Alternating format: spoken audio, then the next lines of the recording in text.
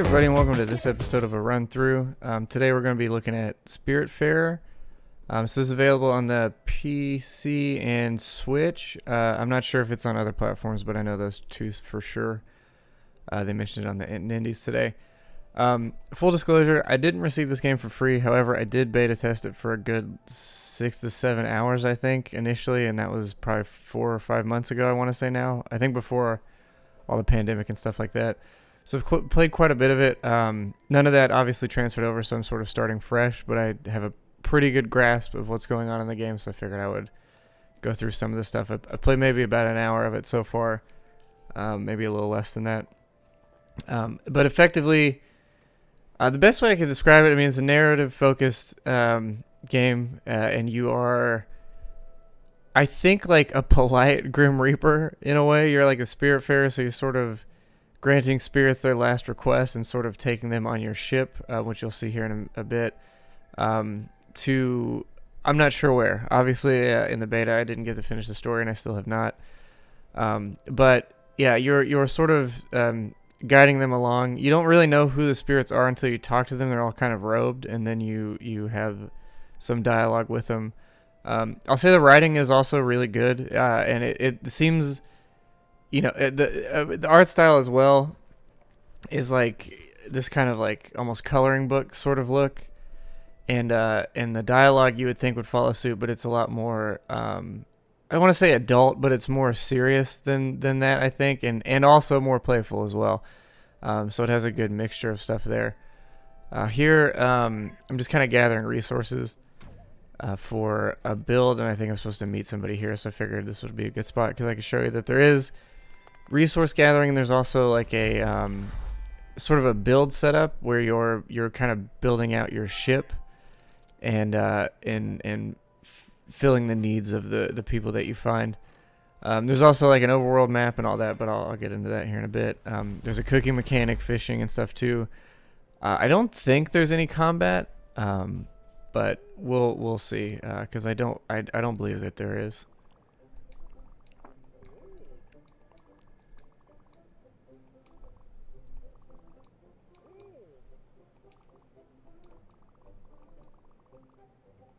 Alright, so this guy, I think he's sort of teaching you how to dive and find stuff below the surface, because there are a few places where that happens.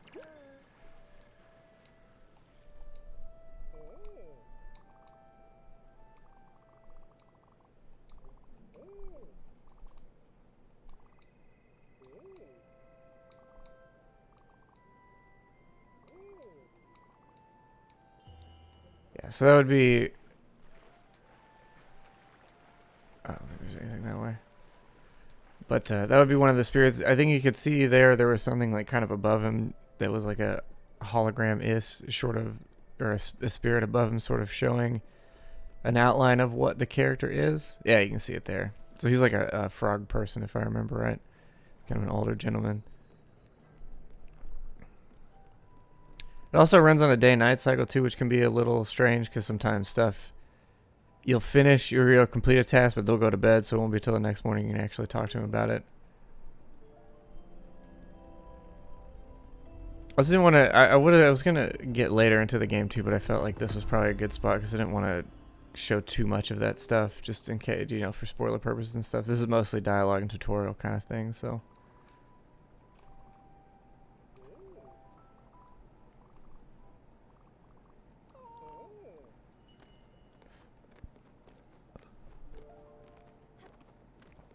Go ahead while he's doing that. So you have like crops and stuff to water.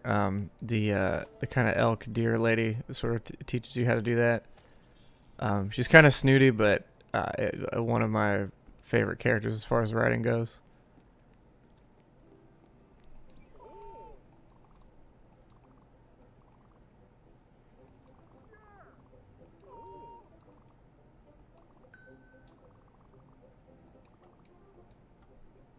Oh, cool.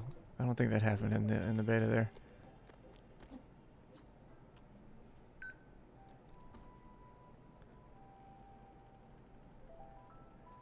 So yeah, the fishing mechanic's a little light. This one might be... Yeah, there you go. So ordinarily, it just kind of you just kind of pull it in, but they did add a little bit later, like the ability to kind of have it start to break and stuff, and you'll catch greater fish.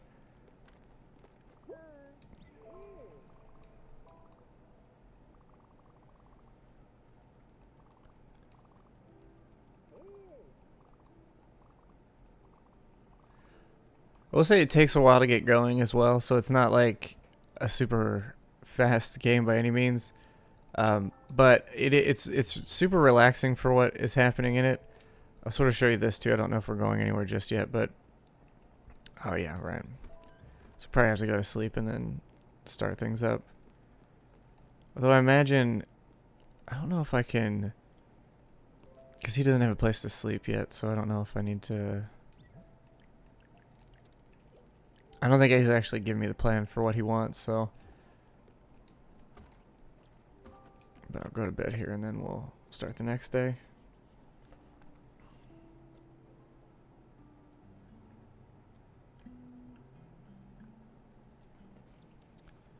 It's a really pretty game. I mean, it's super pretty.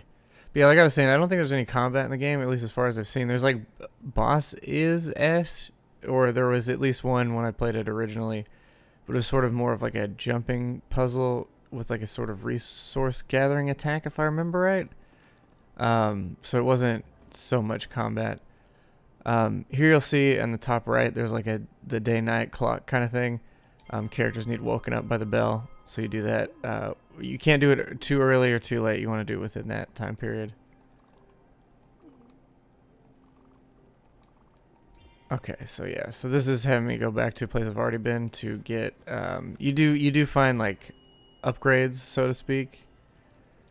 Sort of as the stuff progresses, I believe. Yeah, we're going here. And then I think if I remember right, he's going to teach me how to catch lightning in a bottle, which is another sort of resource. You can also jump off the boat at any time, and then you can collect like these barnacles. The boat will stop, although, yeah, there it goes, until everybody gets back on the boat. But as far as I've seen, it's just you and your cat that will get off. But get back on here and then let it keep going. Then while it's moving and stuff, you can fish and then tend to your garden and all that stuff. The build menu is pretty interesting, which I guess we'll see more of it when I get the request for his house, but I can kind of quickly show you that in case it doesn't happen. So you can sort of edit it, so you can grab stuff and just sort of move it around. I believe, excuse me, you get quite a bit bigger of a boat at some point, because I remember talking to someone about that. Yeah, so he's going to show me sort of how lightning works.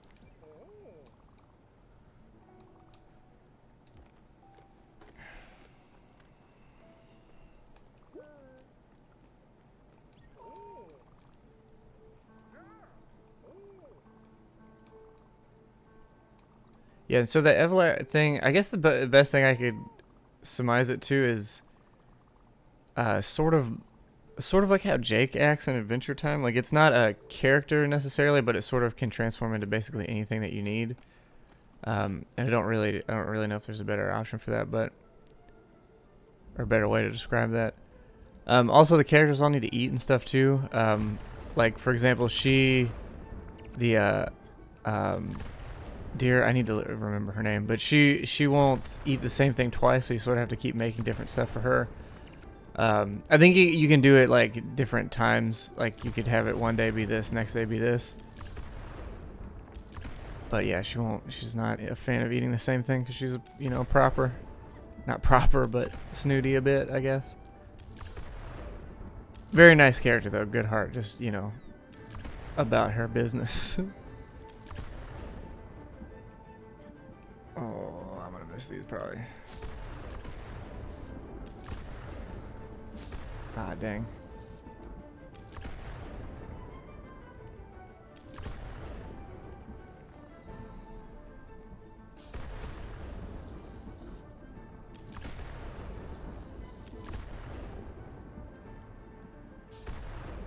Oh, I thought that was one there. Whoops.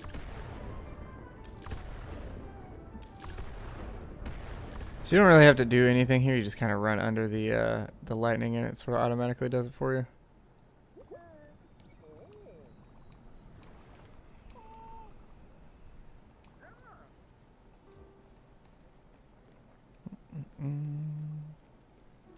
Oh yeah, you can also, I'll show you the cooking mechanic too, since we were talking about eating.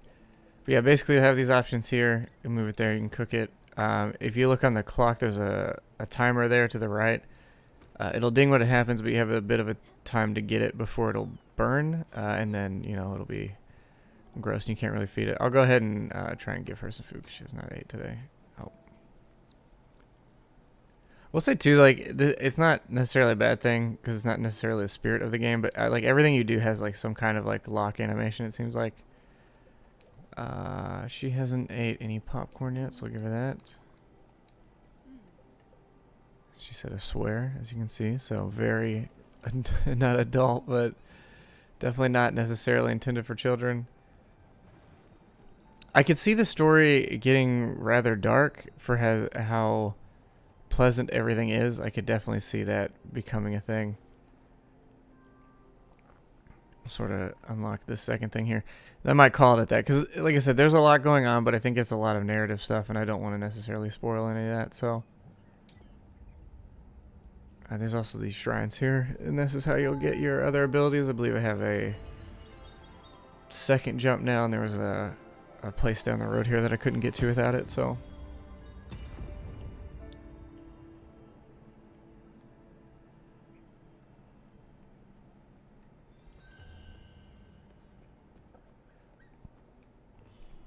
There it is.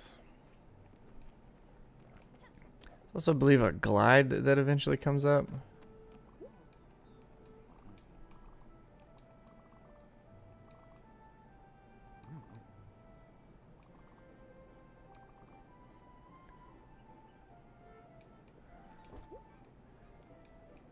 Locked. See, like I mean, like they're like I'm locked until now. So everything kind of has, and then I sit, and I'm kind of locked, and then I can get up. But yeah, it's everything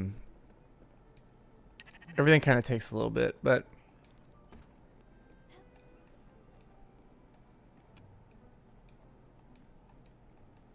all right, that's outside, so I need to get on the roof to do that.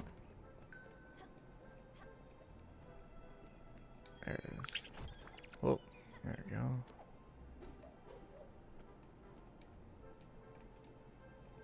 I guess you can kind of hit B on some of the animation stuff.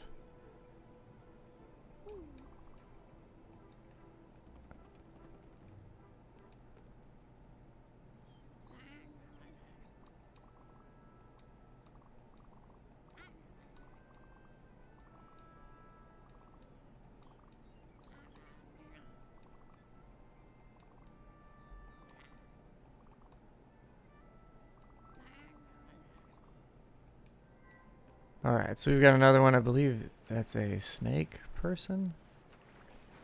And so every island you can kind of swim a little bit in and out. Some of them will have stuff in the water here that you can dive for. Not all of them, though.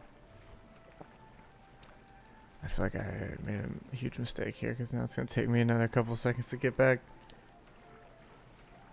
But yeah, there's also going to be like random quests and stuff, and you can sort of at a point it opens up, and you can kind of take the boat wherever you feel like to get resources and do quests and tasks and stuff for people. So it does open up to be a broader game at a point. It's a merchant there, but he charges exponentially high prices for stuff. So yeah, maybe we'll go meet the new character, and then if there's no building stuff, I'll probably call it there.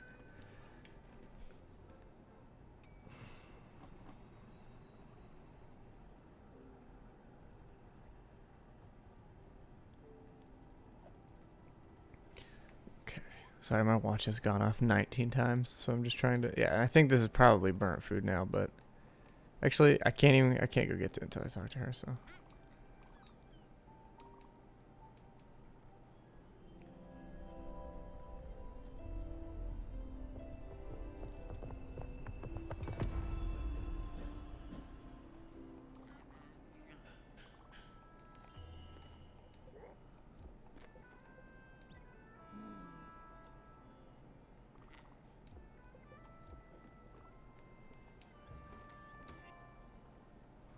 It's probably burnt. No? Maybe it doesn't burn then. Maybe they changed that because I could have sworn it did initially, but there we go. And there's some harvesting options, and then we'll get the ability to make some new stuff. Oh. The deer was looking for coffee. That was a big thing she wanted.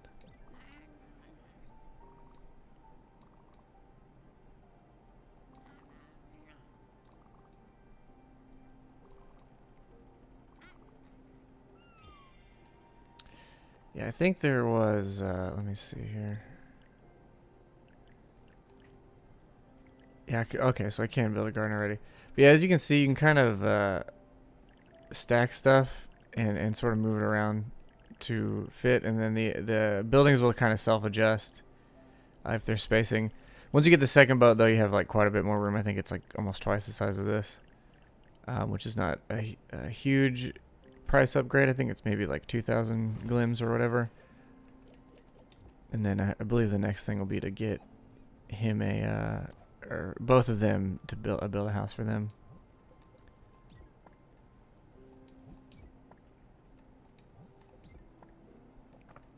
I'm sure she's gonna try and tutorialize me on this, but since I've already done it with the other thing, it's no different than the other plot. So maybe that won't. Hopefully, it'll recognize that that's already happened, but.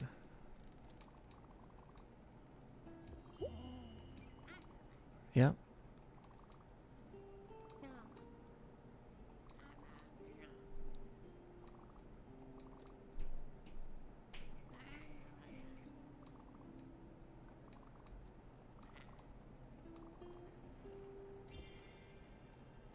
Okay. Oh, right. Yeah. So that's, so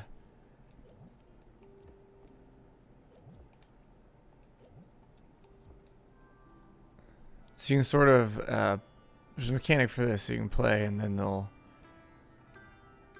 increase the growth of the plants, I think.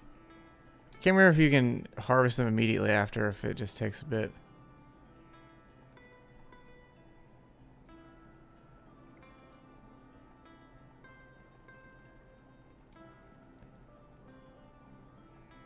So I apologize for not talking too much during this, but it's a lot, like I said, it's a lot of narrative stuff, and it's kind of slow going. I think it's a really good game, though.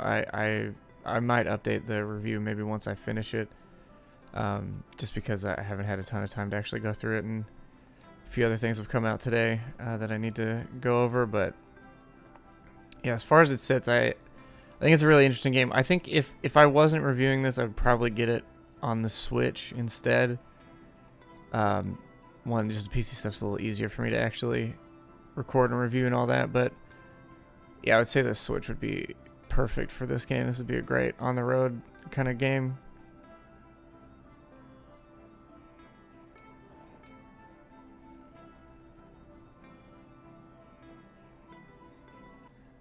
Alright.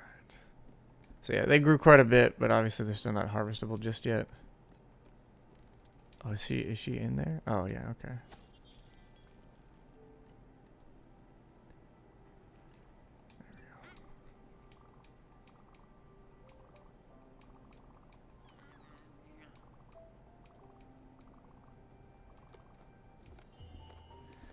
Yeah, and as the game goes on, I'm sure there's a ton more, because I know there's like a sawmill and a few other things that pop up on the ship as well later. So I imagine there's more mechanics that come in as you continue to go through it, so.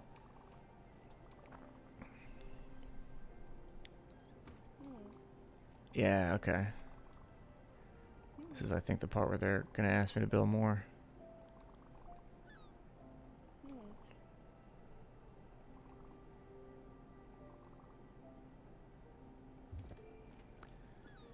So she's, even though Gwen, so she's been the first one on there. Okay, and I already have enough for her things, so go ahead and get that there.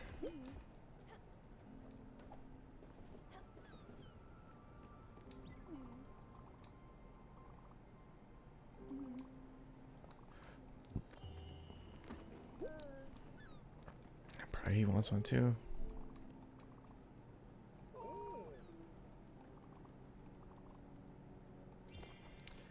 Right, so I imagine that's where I want to go next, but it is late now, so I need to sleep, and then we can go there. But I think I'm going to call it here. So I think you have a pretty good idea of what's going on. Like I said, it's mostly narrative focused, and it is enjoyable so far. I think the story gets pretty interesting, and I really feel like it gets pretty dark at some point. It seems like, anyway. I don't know that for sure, because obviously I've only spent about 6 hours with it, and I feel like it's quite a bit longer than that. And a lot of stuff in the beta wasn't fleshed out yet either. So yeah, but for the sake of not spoiling it, I think that's enough. You can kind of see what's going on. But thank you guys for watching, and I'll see you all in the next one.